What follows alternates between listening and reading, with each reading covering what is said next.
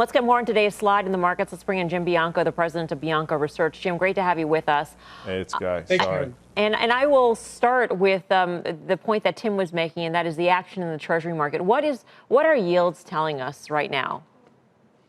You know, I think that there's a concern that I have that yields can't fall.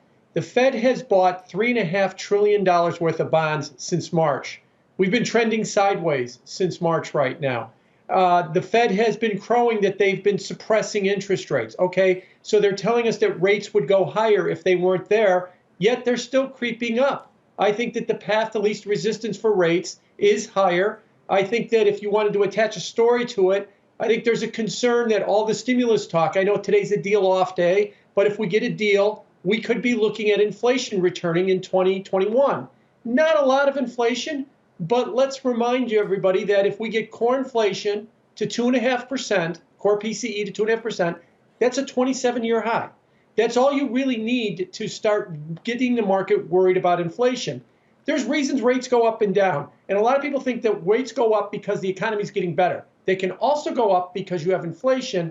And that would be very problematic for the stock market and all risk markets if it is a bit of inflation fear. Hey, Jim, it's Tim. Thanks for joining us.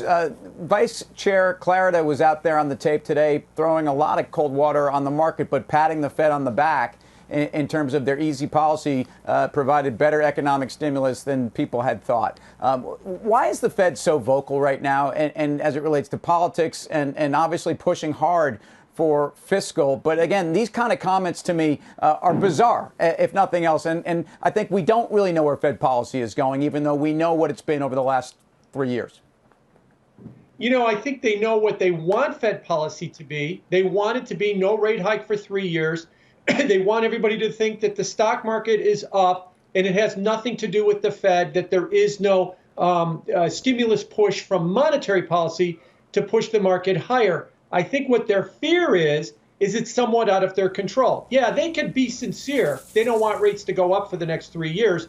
But if a set of circumstances, inflation or something else, manifests itself in 21, they're going to have to change course. It may not be obvious now. So I think that they're kind of concerned that things are a little out of their control, that they're like the rest of us. They're just guessing about the future where we think that they have a hand in controlling the future, and they're hoping that their guesses are right. Hey, Jim, so you said, you know, inflation had a 37-year high or whatever, but people have been talking about higher inflation for some time. So what makes you think that one more fiscal stimulus bill, whether it's a skinny bill now and then an administration going forward for the next few years that is hell-bent on infrastructure spending, that sort of thing, is really going to cause the sort of inflation that we've thought that might happen with zero interest rates, but never has happened? It's a good question. Let's start with the deficit. It's 16% of GDP. There's only been a handful of years in American history that it's been bigger than that. The last time was World War II, 1 year after the Great Depression, and that's it. That's a lot of pump priming that you've seen from the fiscal side with the promise of more coming. Supply side, the economy is smaller now than it was a year ago. We are producing less gross domestic product or less stuff than a year ago. Less supply keeps stimulating demand. It should show up in higher prices. Look, if it doesn't, then we can go full in on trillions of dollars of more stimulus next year and trillions of dollars more the year after that. I think ultimately we're just going to keep going down this road until we get inflation. I think it's going to come sooner. That is next year. I don't think you're going to see it this year. But when you get past 1 year past the lockdowns, I think it's going to show up. And that's why I think you've got record budget deficits and you've got a big contraction in the economy. That should produce higher prices. Jim, great to see you. Thanks for your time. Thank you. Jim Bianco, Bianco Research. James McDonald, inflation coming next year is sooner than a lot of people believe. Well, it's important to understand this is all new to us. We've never seen situations like this. We've never had a Fed come in, cut interest rates twice inside of 2 weeks. We've never had a Fed come in and say they're going to do whatever it takes to protect the economy.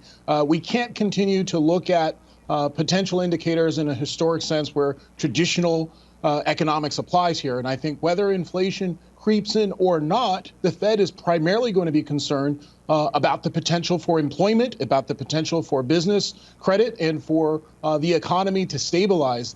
They made these emergency measures because we've never seen anything like this pandemic before. And we've had experts come on in the last several days saying that this pandemic could continue for years to come, which is worse than what the Fed thought when they came in with their intervention earlier in the year. We were looking at a potential solution, a potential vaccine here in the fourth quarter. Now that's been pushed out a year. Even when we do get a vaccine, that's just going to stop the bleeding, so to speak. So I think that, inflation isn't as important a metric as it is in normal environments. Right, Tim? Well, ultimately the trade here around this dynamic is to buy resources and probably to buy foreign stocks, especially if the dollar stays weak. But we talk about this reflation trade. I think it's hard to understand where it is, except for the fact that if you layer on some type of an infrastructure package, and I think we are absolutely getting that depending, no matter who's in the White House. I think the trades, though, that we've continued to see, first of all, copper, as weak as the economy is, has been stubbornly, I'd say, resilient. I realize people tend to look at the oil market, but I think some of that are the supply issues that have been well flagged. And meanwhile, I think other parts of the resource trade are alive and well, and those are stocks that actually did very well today. So that's my comment on inflation right now. The jury is out. We know we have inflation in the real economy. We know this measure of inflation is absolutely wrong. And the Fed can say all they want, but it's really about the trades that are working are the ones that are not. And resource trades are working for the last year and a half and will continue to work, in my view.